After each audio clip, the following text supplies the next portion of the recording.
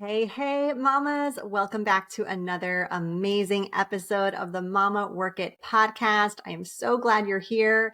If you are new, my name is Marissa Lonick. I am your host and the founder of Mama Work It, where we support women in the juggle of mom life, work life, wife life, fill in the blank life.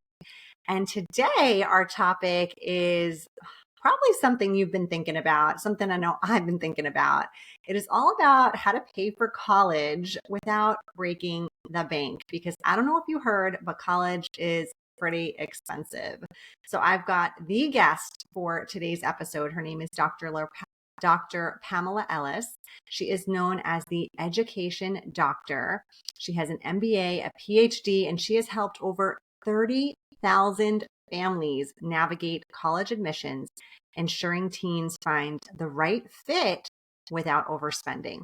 She is the award-winning author of the bestseller, What to Know Before They Go, College Edition. Dr. Pamela also founded Compass College Advisory, which has a 95 success rate in getting students into their top choice colleges and securing an average of $75,000 in scholarships per student. As a CEO and consultant, Dr. Pamela's experience with the education system includes advising school districts, community organizations, and institutes of higher education. However, her experience as a mom of 3 young children going back to graduate school really provided a unique understanding of how to juggle college life and being a parent. So, Dr. Pamela, I'm so excited you're here. I know I'm going to learn a ton. I know our community is going to learn a ton. Thank you so much. My goodness, Marissa, thank you so much. As I was listening and thinking back to all the episodes that I've listened to of your show, it was just like, oh my goodness, okay. Yeah. So thank you so very much. Oh, you're so welcome. Well, Dr. Pamela, I always love to ask our guests, can you tell us just a little bit more about your journey? Yeah, absolutely. So my journey began when a teacher told me in grade school that I wouldn't amount to anything. And that led to me for the decades following to do everything I could to prove that she was wrong. And when I became a mom, I knew that my own kids would have that same challenge of low expectations or being told that they weren't enough. And with that knowledge, I just became obsessed with schooling and trying to figure out how to help my kids through their journey. And that led me to going back to get my doctorate degree. And my research work is around high school to college transition. So, what supports students with navigating through high school and then going on to thrive in college? And when I was working with doing education research, some families saw the work that I was doing with my own kids. They knew I did something in education and asked me if I would help their children with their journey through the education system. And it was working with middle schoolers looking for the right high school, the right summer programs, and then students looking for colleges, and now some students looking for graduate school. And we work with them as well. But all of the things that I've done over the years have led to what I do today. And so I refer to it as my calling, not just my passion, because there isn't anything else that I would be doing but this. I love that. And I especially love that it all stemmed from someone telling you that it wouldn't be possible for you because obviously you're a very high achieving woman. Most of our listeners are also, Yeah. we fall into this category. And Hmm. it's like, you should know better than to tell a high achieving woman that she can't do something because No, right? she's going to find a way. She's going to figure it out. She's going to do it backwards, forwards, sideways, sleeping. She's going to do it. So Exactly. I love that you took that and instead of internalizing it and making it part of your identity, you're like, oh no, watch me. Yes, exactly. Watch me. Yes. Yeah. Yeah. So, Dr. Pamela, as we Mhm. said in our intro here, Yeah. college is expensive. And I feel like it's just It getting more is. and more expensive year after year. So Right. like, if you're someone listening who's got even younger kids, like my Mhm. kids, the oldest ones are 11 right now. Yeah. How do we set ourselves up for success to pay for our kids' college if that's something that we're striving to do for them? Yeah, that's a great question. But Marissa, for, before I forget, one thing I want to say is a thank you to you, and really just sharing with your listeners just how lucky they are. I tell you, in the episodes, I mean, you're just so real in terms of really acknowledging the elephant in the room for us as moms. And that is so well appreciated. And so, to all of your listeners out there, go out and do your 5-star review now. And Oh, thank thank you. you. So, I definitely wanted to let you know that. And so, with the preparing your child for college, it's really so much about them and not us as moms. And I say that because so many times we see it as our process, and you'll hear language like we are applying to college or we are looking at colleges. And I think, for us as moms, we want the best for our kids, and we take that on, and in so many ways take it from them, or we're trying to make sure they're doing so much. And I always lean on listening to your child and getting to know them, giving them the opportunity to get to know who they are. And that's one of the key things, because so much about what the colleges are looking for is what you care about and how are you going to contribute to their campus. And if we go in with knowing that, in terms of the process always starts with our kid and who they are, the other piece of it is that there are tons of colleges out there that can be a great fit for your child. And it's not about only one college that's going to be the best college for them. And when you think about it in that way, that opens up so many opportunities, and opportunities where they will get scholarships. And even for the students that I work with, in many cases, their parents don't qualify for any financial aid, but they're still getting money because we're focused on fit, and we're not just looking at one college. If you're going to focus on one college, you don't have any negotiating power. You're just showing your hands, and they can say, oh, we don't have anything for you. But when it's about, what that student cares about, and getting a sense for who they are and owning that process, that's going to make all the difference in an application that's going to be authentic and true to what's a good fit for them. Hmm.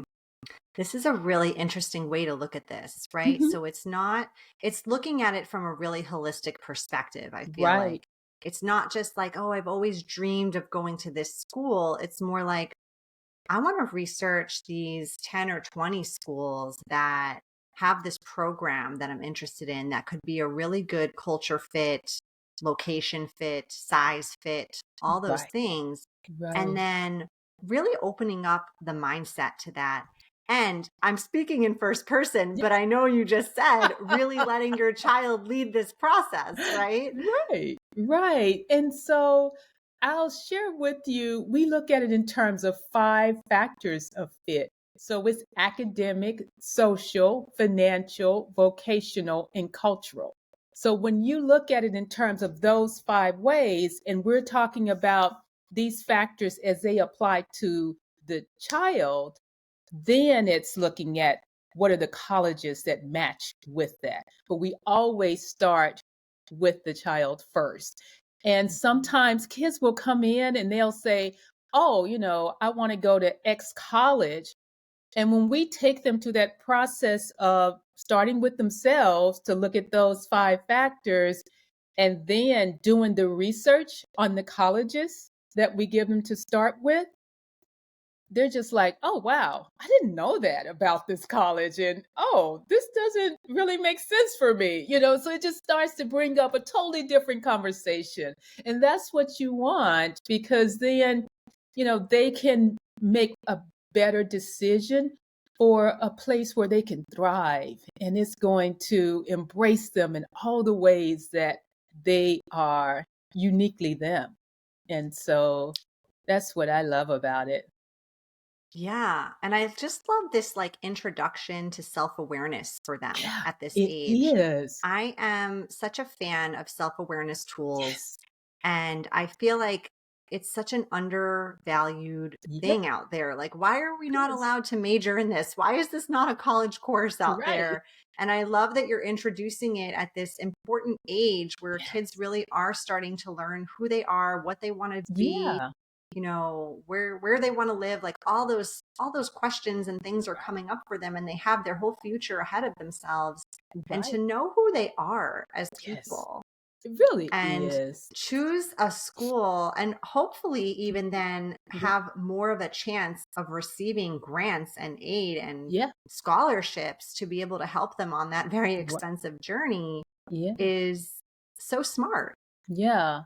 Yeah. And the thing about it is, I mean, when kids have a sense of, who they are and start to get to know things like their personality, their learning and productivity style, what their intelligences are, those kinds of things. And we even have created a new values assessment that we do. And we do it with the student as well as with the parents. And, parents are learning, oh, I didn't even know my kid valued that, because I'm thinking, they have the same values I have, And so we were in this meeting the other night, and this student said, his primary value was fun. And his mother is like, hmm. Not what you want to hear when you're sending your 18-year-old off to college. I know, right? But we also ask them about why college. Because oftentimes parents are saying, "Oh, you're going to college regardless." And for the student, we give them, some different options, like maybe 13 of them, and just ask them to say, what's your why? And sometimes it's not the same as what the parents' why is. And so just at least opening that discussion so that everyone is on the same page, it really helps to strengthen that relationship at such a, stressful time. And I know for us, as parents, it's hard to let go. And we're almost mourning before they even leave, like, oh my God, they're going to be leaving home soon, and that whole mix of emotions, that's a great time to really reinforce, that bond and learning about each other and giving their teen that sense of self-awareness supports them in being successful and thriving in college once they do leave home. Yes, Yeah. absolutely. Hmm. So I love this mindset shift. I love this process. But Dr. Pamela, I'm sure we still have to dip in our pockets at some point to pay for some of this Absolutely. school. So, like, Absolutely. what are some tips Hmm. that parents out there can do if they are planning to financially fund this experience for their kids to start saving and like Yeah. still live along the Right. way? Right. There are 529 plans that are out there. A number of states have their own promise programs, if you will, for in-state tuition being paid for. We've worked with a number of families who have those type of assets in place. And I say working with your financial advisor in terms of different investment vehicles and just how things are, whose name is in, I guess is the best way to put it. Um, the other thing, in addition to that, is scholarships. External scholarships start as early as age 13. And so many times, families will wait until senior year to start looking at scholarships. And you don't have to Mm. wait until senior year because there's so many that are out there. There is a full ride scholarship that's just for juniors. And then there are some others that are keenly focused on the middle school years or for ninth or 10th grade.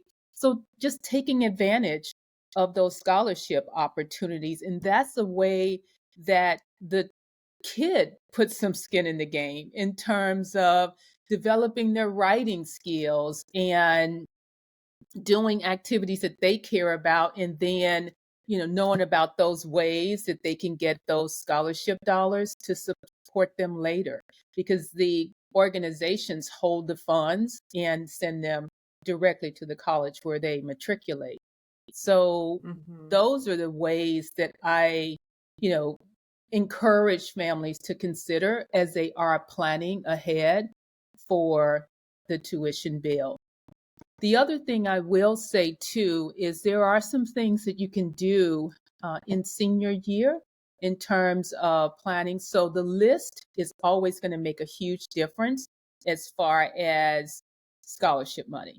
The biggest dollars do come from the colleges. And so that's why that right fit list is important. The other thing is the timing of when you apply. And so if you're applying early decision agreement says that your teen will come to that college if they're admitted, regardless of financial aid. And that's something oftentimes parents may not realize, but that's what the agreement says. And so if you are signing that agreement, then you're pretty much positioning yourself to pay in full, because it's like you're showing your hand that you'll come regardless. And so those are a couple of things, late in junior year and senior year that parents should be aware of that play a big role in terms of any type of financial awards. Interesting. Okay. That makes sense, but I never Mhm. thought of it from that perspective, but it makes total sense.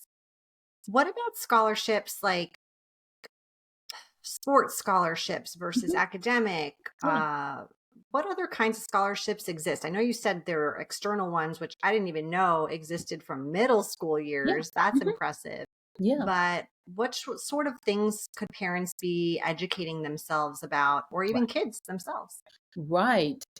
So oftentimes we hear about academic awards and we hear about athletic awards. And so Mm-hmm. many times families are thinking, oh, you need to stay in AAU and do this to make sure you get this athletic full ride. But we all know that the majority of students do not go to a D1 or even a D2 institution that's going to give them those scholarships or even eligible for it.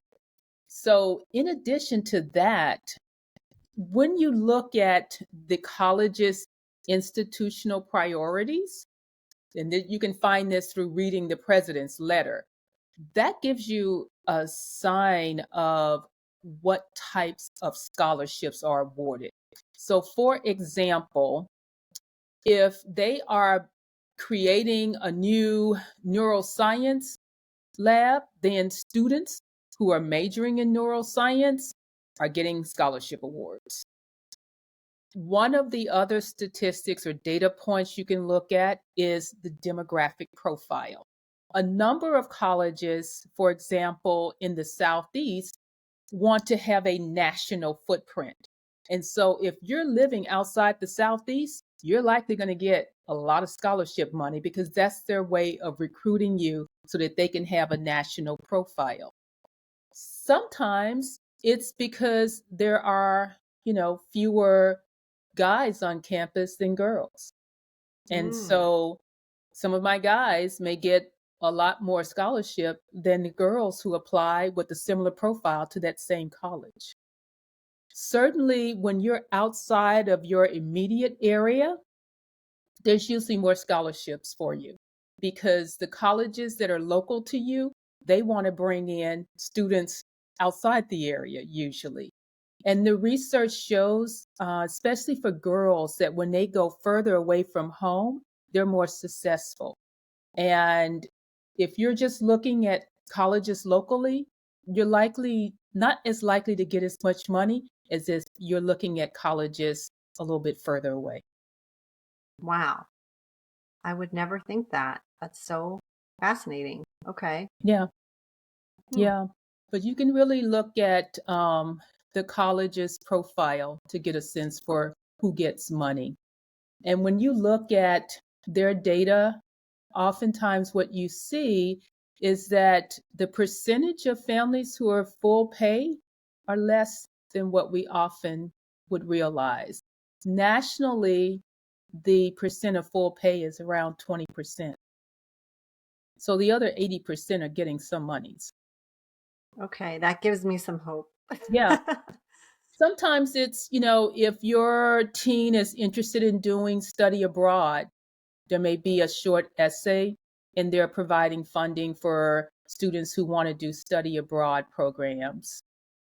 If you're in a major that has that are seeking students to do research with professors, they will offer full tuition oftentimes.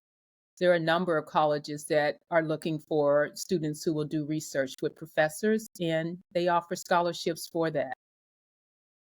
Got it. Yeah. So it really is this, again, holistic viewpoint of kind Yeah, of digging in and doing the research. And I'm sure yeah, working with individuals like yourself yeah, who absolutely. are in this world day in and day out and have that knowledge base to share. Right, absolutely. Absolutely. Mhm. So lots of kids coming out of school these days with college debt. Mm-hmm. And, as parents, I think the ultimate goal would be to help our kids graduate debt free. Right. So what can we do on our end to help them either be debt free or come out with very minimal debt from school? Yeah, I think that's around the list as well. And really supporting your teen through high school to not necessarily do a little bit of everything, but do the things that they care about, because that's going to support them with getting more scholarships so that they're not just getting loans. Sometimes what I've seen where it's loans, a lot of loans, it's students who are not as strong of a candidate.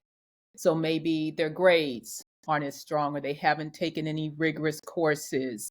And so their profile itself is a little bit uncertain as to the strength of them being able to complete the 4 years. And so they tend to have a little bit more on the loan side than scholarships or grants. And for some colleges, they are more selective. They don't have any loans. And so if you have a college like that on your list that you're competitive for and get admitted to, you're not going to have any loans. And so thinking about some of those things ahead and really being intentional around how you negotiate the offer. And so the award offers are negotiable, even if no one ever tells you that or the college doesn't say anything about it.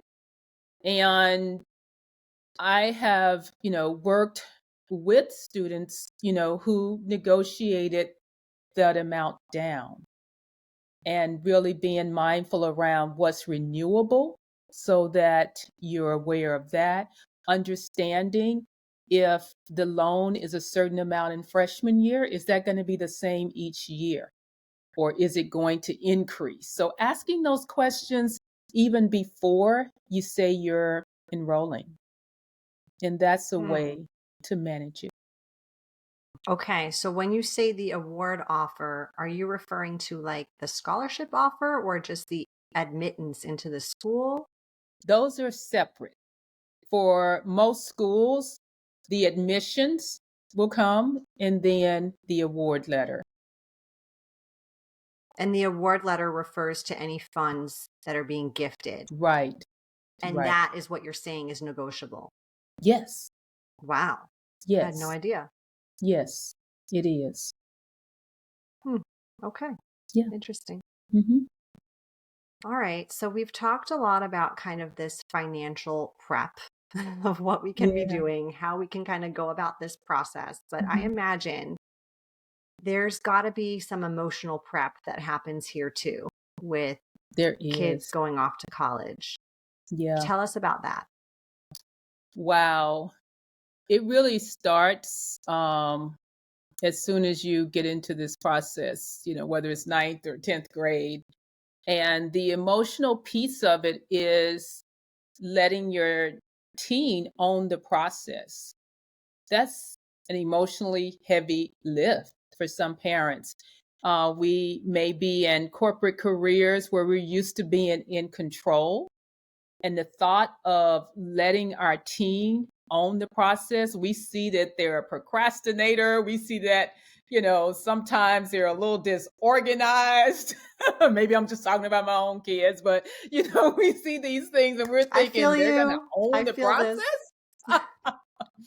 Yeah. And so that's where, you may really need some help with it, because having them own it and giving them that opportunity to really explore and discover it.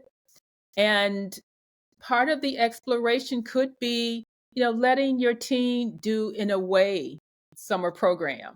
It doesn't have to be for the whole summer, but even a week or two.